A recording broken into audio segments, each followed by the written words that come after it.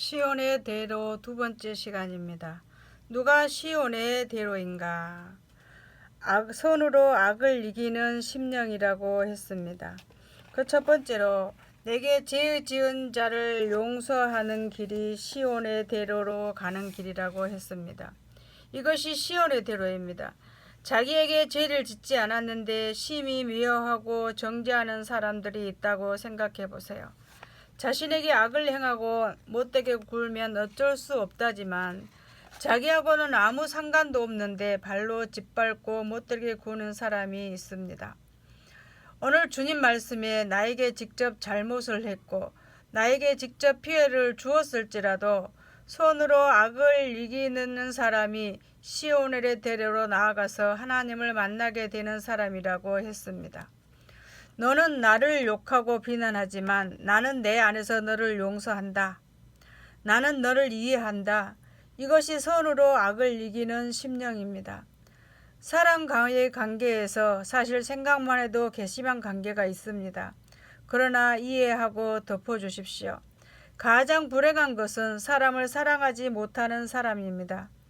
그런데 사랑하지 못한 사람보다 더 불행한 사람은 용서하지 못한 사람입니다. 즉 용서하지 못하면 미움과 악독이 가슴속에 부글부글 끓어올라오며 분노가 솟구치게 됩니다. 그리고 그 사람은 영이 죽게 되어 있습니다.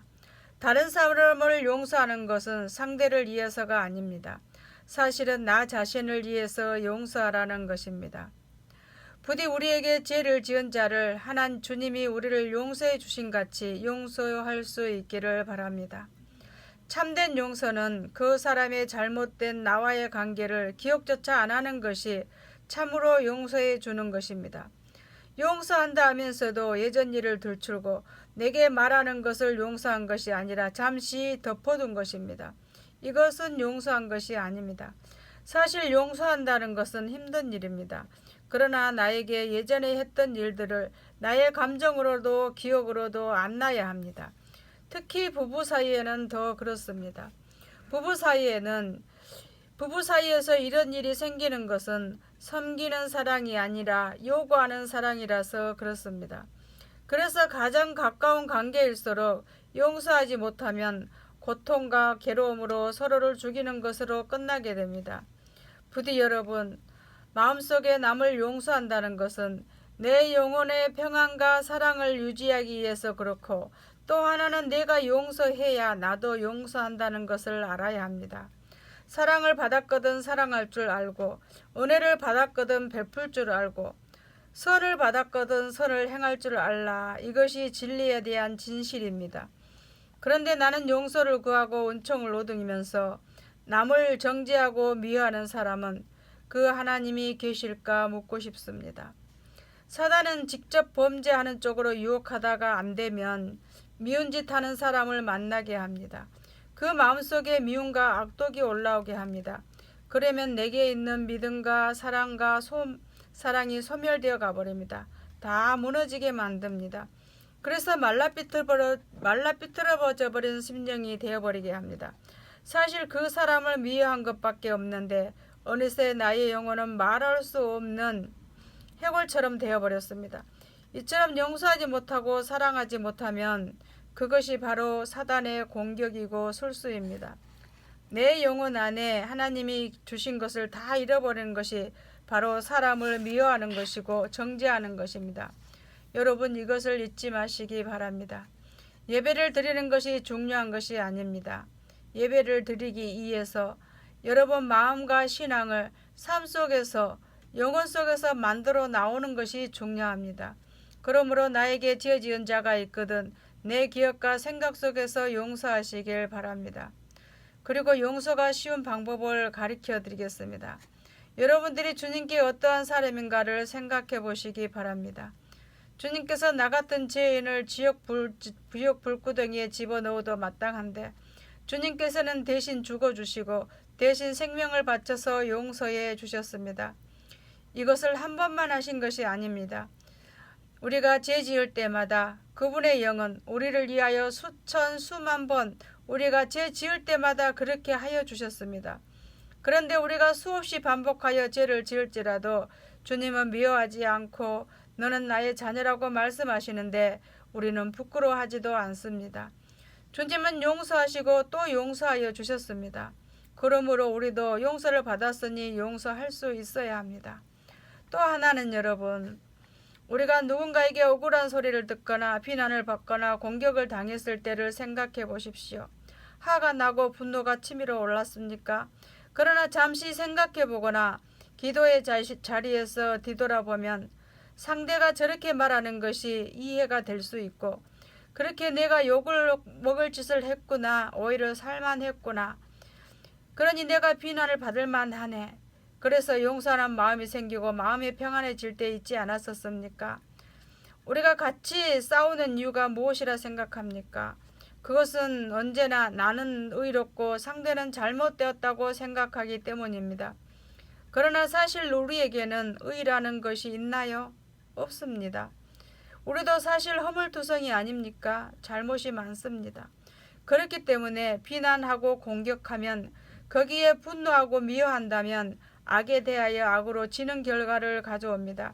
그러나 용서한다면, 애매히 고난을 받아도 하나님을 생각함으로 참으면 여러분은 손으로 악을 이기는 사람이 됩니다. 부디 여러분의 마음속에 소원함을 두지 마시기 바랍니다. 소원한 마음을 두면 절대로 기도 응답이 안 옵니다. 성령님과 교통도 안 됩니다. 주의 일을 할 수 없습니다. 사람을 위하면서 어떻게 주의 일을 하겠습니까? 사람을 만나는 것이 그리스도의 삶이요, 특히 사역자들에게 있어서는 마음에 안 든다고 그때마다 사람에게 나를 맞추라고 할 수 있겠습니까? 우리가 맞추어야 하고 낮아져야 합니다. 그래서 마음속에서 다른 사람에 대하여 용서를 했는데 용서가 전달이 안 되었다면 그 사람을 잊으시기 바랍니다. 내가 용서한 것 알까 모를까 알 필요가 없습니다. 그냥 내려놓으시길 바랍니다. 사랑할 수 없을 때 그냥 잊으세요. 미움이나 시기가 못마땅한 가슴에 응어진 채로 주님 앞에 나가지 마세요.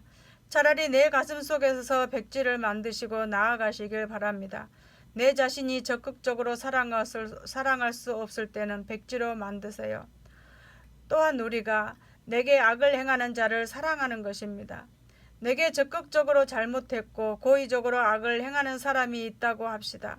그 이유는 서로 사랑을 이루어내라는 숙제입니다. 저 존재가 없으면 평안할 텐데, 저 인간이 없으면 나는 자유할 텐데, 그런데 그것이 아닙니다. 사실은 그 영혼을 사랑하고 세워서 그 영혼을 돕기 위하여 붙여주신 것입니다. 여러분들에게 일자리가 주어지지 않는다면 일의 품삯도 받지 못할 것입니다. 이와 같이 행할 때에 하나님의 품삯, 거룩한 은총과 영광을 주시는 것입니다. 부디 내 마음에 든 사람 모여라, 나를 위한 사람만 모여라, 그렇게 하지 마십시오. 넌 싫어, 그렇게 하면 안 됩니다. 이것은 신앙이 아닙니다. 그러므로 정말 사랑으로만 대하는 사람을 만난다면 얼마나 좋겠습니까? 그러나 형이 크고 작은 악한 일을 행하는 자를 만난다 할지라도 그들을 품어줄 수 있으면, 그들을 위하여 기도할 수 있으면 희생이 사랑을 나누어 줄 수 있기를 바랍니다. 오늘 우리들 마음속에 진정한 신앙과 하나님께 충성의 아름다움이 무엇입니까? 큰 일을 행하는 것이 아닙니다. 할 수 없는 자에게 사랑을 행하는 것입니다. 주님께서 가장 칭찬하는 것이 무엇이라고 생각하십니까? 많은 사람이 모였습니다. 큰 교회를 짓고 구제를 많이 했습니다. 네, 다 좋습니다. 그것보다 더 큰 사랑을 할 수 없는 사람을 위하여 희생하고 사랑한 것입니다. 이것이 주님 사랑의 진실한 가장 중요한 부분입니다. 사랑할 수 없는 자를 사랑한 사람이 순교자요, 하늘의 가장 큰 영광과 상급을 받을 사람입니다. 또한 영혼들을 주님의 사랑으로 또 믿음으로 용서하고, 그리고 내게 악을 행하는 자조차도 내가 사랑하고 용서하고 그에게 복음을 전할 수 있다면 여러분은 그 길이 주의 성소로 들어가는 길입니다. 시온의 대로로 나아가 하나님을 배우는 사람입니다. 성소로 들어갔다는 영혼의 상태를 성령의 비유로 성경으로 말씀해 주셨습니다. 사랑과 지혜의 충만함을 받습니다. 여러분은 만약에 여러분의 영혼이 성소로 들어갔다면 이 사람은 하나님의 사랑과 지혜의 충만함을 받는다 그 말입니다. 주님의 사랑과 믿음으로 영혼을 사랑하면 주님이 지혜와 사랑이 여러분의 심령과 삶을 안전하게 잡아주십니다.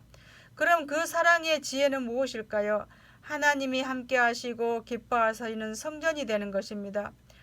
이것이 여러분의 몸이 사역이고 여러분이 그와 같이 하나님이 계시는 성전이 된다는 것입니다. 오늘 우리가 가장 사모해야 할 것은 주님이 나와 함께 계시는 것입니다. 바로 이것이 내가 하나 성전에 들어갔고 내 품이 성전이 되는 비유입니다. 이것을 무엇으로 하는가? 사랑입니다. 단지 기도와 말씀의 지식만으로 열심만으로 성소를 이루는 것이 아닙니다. 말씀의 진리와 기도로 주를 사랑하고 영혼을 사랑할 때 주님이 함께 거하시고 주님이 함께 기뻐하시는 성전이 되는 것입니다. 따라서 영혼을 사랑하는 것이 여러분의 가슴속에 큰 행복이고 주께 영광을 돌리는 것입니다. 동시에 주님이 함께하사 사랑과 지혜로 충만한 성전이 되게 하신다는 것입니다. 악에게 굴복하지 않는 심령이 하늘의 별이라면 손으로 악을 이기는 심령은 흰눈이라고 말씀해 주셨어요. 우리의 죄악을 덮으시는 그리스도의 사랑을 흰눈처럼이라고 했습니다. 흰눈처럼, 흰눈처럼이라는 말은 죄 없는 자를 영혼을 변화시키고 개혁시키는 것이 아니라 당신의 희생으로 그냥 덮어버리는 것을 말합니다. 잘못된 것을 고쳐서 오라고 하지 않았습니다. 그냥 당신의 피로 당신의 가슴으로 끌어안고 덮어버리고 죄 없다 의롭다 해주신 것입니다. 여러분과 나는 밤송이하다 같고 성게하다 같습니다. 고슴도치와 같습니다. 만약 여러분과 나를 끌어안으면 서로 찌르고 찢어지는 사이가 됩니다. 그러나 주님은 우리들을 끌어안고 덮어버립니다. 성게나 고슴도치 같은 우리들을 가시를 뽑아내지 않고 두들겨 패서 반껍질을 홀랑 까지도 않았습니다. 그냥 있는 그대로 주님의 가슴에 안으셨습니다. 그래서 우리는 그리스도 안에서 그분을 그렇게 괴롭게 했고 슬프게 하고 아프게 했습니다. 그러나 십자가의 사랑의 피는 내가 찌르고 아프게 한 곳에 살을 찢고 후벼 파놓은 곳에 나의 가시들을 그리스도의 피가 하나하나 세월을 따라 녹이셔서 결국 우리는 주님을 위해서 바쳐지는 식량이 되고 떡이 되었습니다. 그리하여 다른 영혼을 살리는 하나님의 일꾼이 되는 것입니다. 그러므로 여러분, 너가 변화되면 내가 하리라 이것이 아닙니다. 나를 인하여 너를 덮어주고 나를 인하여 그를 양육하고 흠과 죄와 약함이 있다 할지라도 우리는 그리스도께서 받은 사랑으로 안아주고 사랑으로 희생할 때에 이것이 바로 손으로 악을 이기는 흰눈과 같은 심령이며 시온의 대로로 나아가 하나님을 만나고 그분께 마침내 사랑과 칭찬을 받는 사람이라 이렇게 했습니다. 여러분, 오늘 또 이 말씀을 들으시고 우리가 하나님 앞에 시온의 대로에 열려진 길로 하나님 앞에 나아가서 하나님을 만나서 칭찬과 존귀와 영광을 받는 여러분들이 되시기를 바랍니다. 제 3편에서 다시 만나도록 하겠습니다. 감사합니다.